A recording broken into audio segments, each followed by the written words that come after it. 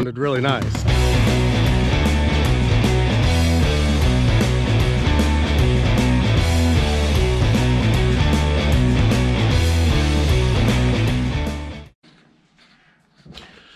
Hey everyone, well, welcome back to the channel. I know this video is coming a little late, a little later than normal this week. And I know the last video I said we'd be pulling out the engine on the Camaro. Well, that definitely hasn't happened. It's still sitting over when we pulled it in. I did want to try to figure out a few things on the transmission, actually, before I pulled the engine out. So it's still kind of all sitting all together before I pull the engine and do all the different oil pan and everything like that. I got to run a few tests as far as like transmission shifting and stuff. And honestly, I've kind of just not really done anything yet. Little life update. I've been doing some remodeling on the house as if I don't have anything else to do. But this last weekend, I kind of spent all weekend remodeling and putting in 2 bathrooms to our house. Well, at least continuing more work, let's put it that way. It's not finished, or I didn't just start it, but kind of a little background. We've bought a house, 2 years ago, and we've been slowly remodeling everything, basically from the ground up. So I was working on 2 new bathrooms this weekend, trying to get that done, so none of the car stuff really got done, as far as on my end, as far as the Camaro goes and turbo stuff. But Steven did get a little bit of work done on Gerry, doing some front fender stuff and a little bit of mounting. I have some video clips of him working on it. I'll go ahead and throw it in this video. Just kind of have some little bit more work on Gerry, but I promise the next video after this, I'm going to do a little diagnostic work on the Camaro. In the last Camaro video, we did the burnout and everything and kind of went over some of the plans of putting a turbo on it and everything. But now that it's back over here from storage unit, I want to diagnose a little bit of the transmission not shifting properly problems, which I think it just might be a power issue, or I don't know, maybe a solenoid's not shifting it. But I want to dive into that a little bit more before I just pull it out. That way, once we do pull it out, if I have to change or rebuild a little stuff on the transmission, I can go ahead and do that at the same time. So that's kind of what I'm waiting on. Shouldn't really take too long. Like I said, I just have not spent any time on it yet. But that will be coming very soon. I am in the process of ordering the turbo for it. So once I do that, once that comes in, then I'll be able to, I don't know, give myself a little bit more motivation to pull this engine. Not exactly looking forward to pulling the engine out in the middle of winter and then having to pushing the car around without it being able to drive. That's gonna suck. But that's kind of where I'm at right now. I'm trying to find the motivation to get back into this thing hardcore and get all that stuff done.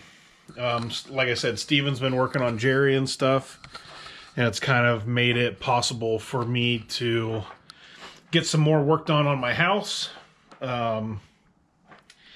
While he's kind of shooting some video on working on Gerry, I've been working on the house in the background and everything else. So LS Camaro stuff coming back very shortly. I know I'm kind of feel like I'm already behind now trying to get things going for the upcoming spring and drag racing and stuff like that, but still don't feel quite as behind as Gerry. So even if this has open headers and no turbo, it's going down the drag strip first event in April, May. So, still have 2 or 3 months here left to knock out the turbo kit, which luckily LS stuff's pretty easy to turbo pretty quickly. And it's already there. I just got to pull it out, change a few things, and stick it back in.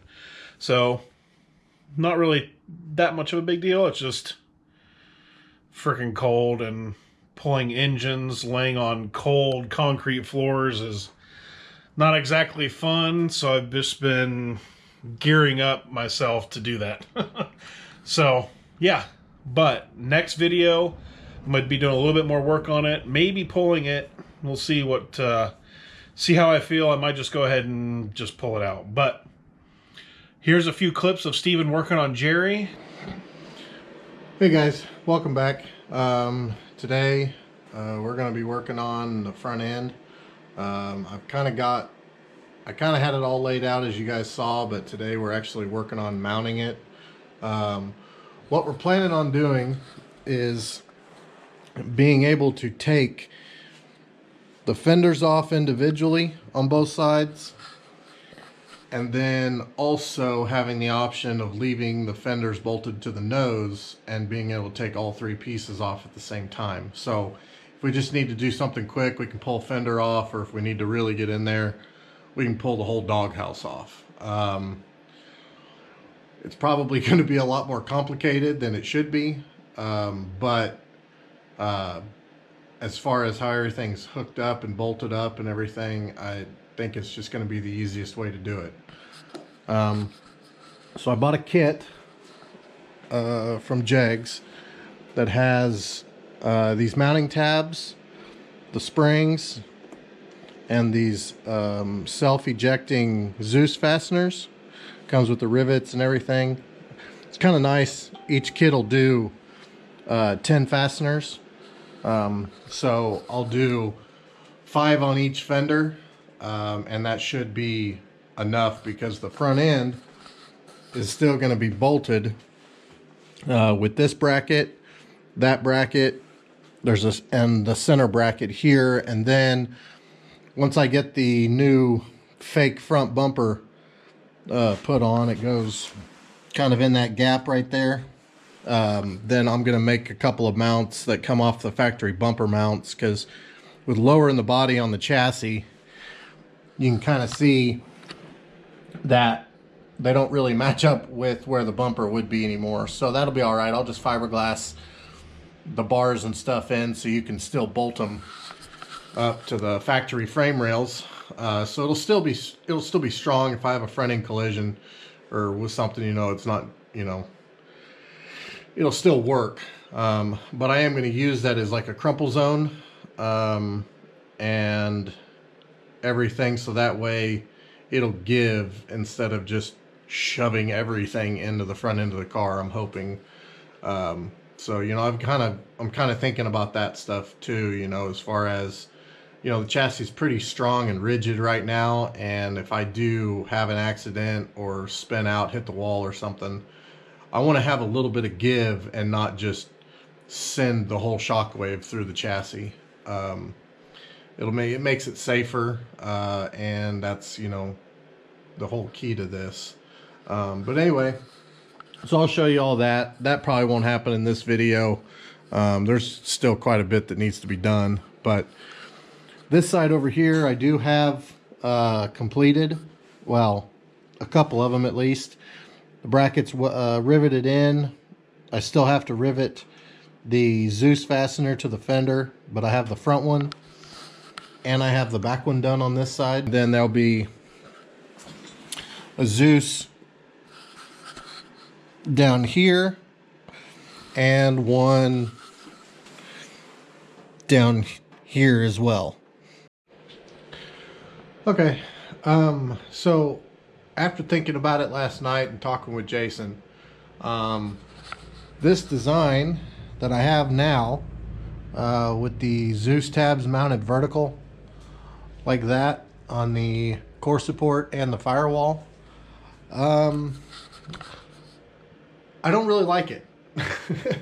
And it's not very easy, it's not very user friendly, and I think what we're gonna do is I'm gonna take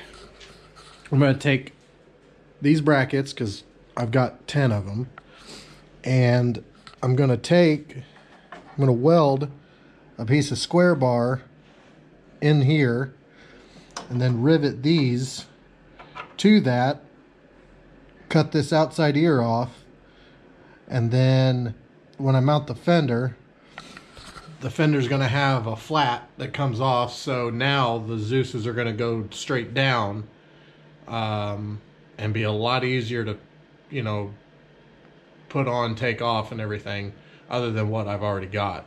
So I'm going to go through and drill these rivets, probably pull these plates that I've added to, you know, rivet them straight down and everything.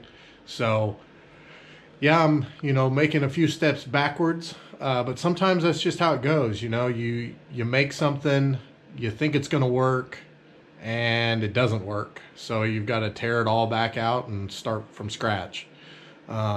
So, you know, that's just the way it goes.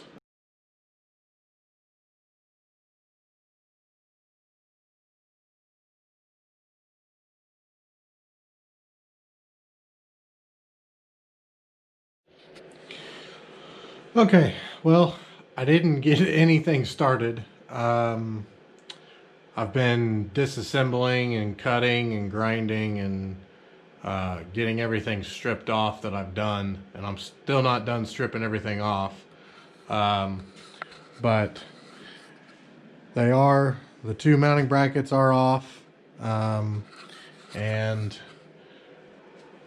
I had to take all the springs off of these because I've got to flip them from the side they were on to the other side. So I've been drilling and just, you know, but sometimes that's the way it goes. You know, you try to take 2 steps forwards and you end up taking like 6 steps back. It's just the nature of the beast sometimes. So, you know, this video is gonna definitely show some of the heartaches of trying to build a car, especially a custom car or a race car or anything like that. You know, it doesn't always work the first time. Sometimes it doesn't work the second, third, or fourth time. So, you know, there's been a lot of that in this, you know, as far as tubing placement for the cage and how we made things and how we did things, especially with the seat. Like, the seat mounts that are in the car are the second or third iteration of me trying to make seat mounts. So, you know, it just happens. You know, you think something's going to work, and then a couple days later you're like, oh, I could do that better. And that's the way it's supposed to be. You're supposed to try and better yourself every time. So that's what we're doing. We're just trying to make things a little nicer and a little cleaner, and it's just going to take some extra time. So, you know, thanks for watching. Well, thanks for checking out this video. A little bit of update on stuff we got going on, and threw in a few short clips of Jerry. Don't forget, hit that subscribe button. Could really help. And check out the next video. More content coming soon. Bye.